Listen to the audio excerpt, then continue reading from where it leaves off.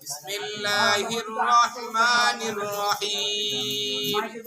ইয়া আইয়ুহাল্লাযীনা আমানু কুতিবা আলাইকুমুস সিয়াম কামা কুতিবা আলাল্লাযীনা মিন ক্বাবলিকুম লাআল্লাকুম তাত্তাকুন। আল্লাহ তাআলা বলেন, ইয়া আইয়ুহাল্লাযীনা আমানু কুতিবা আলাইকুমুস সিয়াম।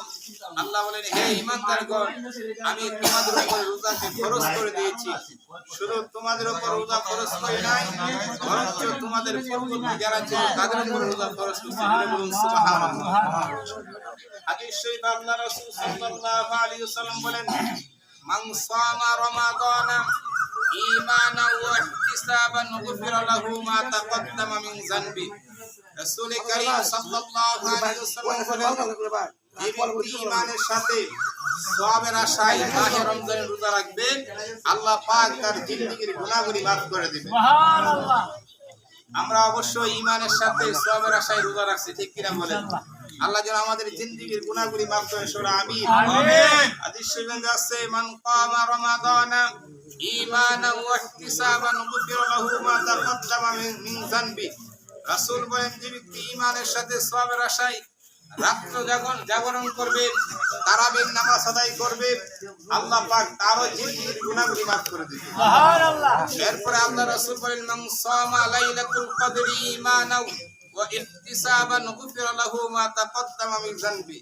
রাসূল কারীম সাল্লাল্লাহু আলাইহি ওয়াসাল্লাম বলেন, যে ব্যক্তি মাহে রমজানের ২৭তম রাত্র লাইলাতুল কদর রাত্রে ইবাদত বন্দেগী করবে, আল্লাহ পাক তারও জিন্দেগীর গুনাহগুলি আল্লাহ মাফ করে দিবেন। সুবহানাল্লাহ। আল্লাহ তাআলা বলেন, ইন্না আনজালনাহু ফি লাইলাতিল কদর।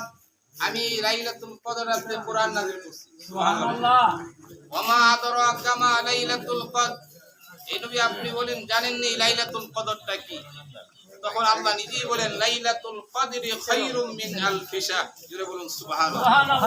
হাজার মাস ইবাদত করে যে সওয়াব, একটি রাত্রি ইবাদত করলে এর চেয়ে বেশি সওয়াব আল্লাহ পাক তার আমলে দান করেন।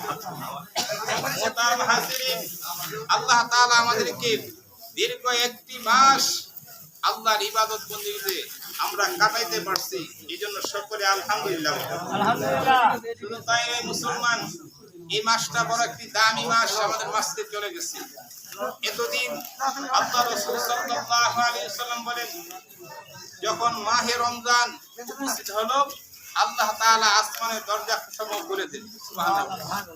মাহে রমজান যখন প্রবেশ করলো, তখন আল্লাহ তাআলা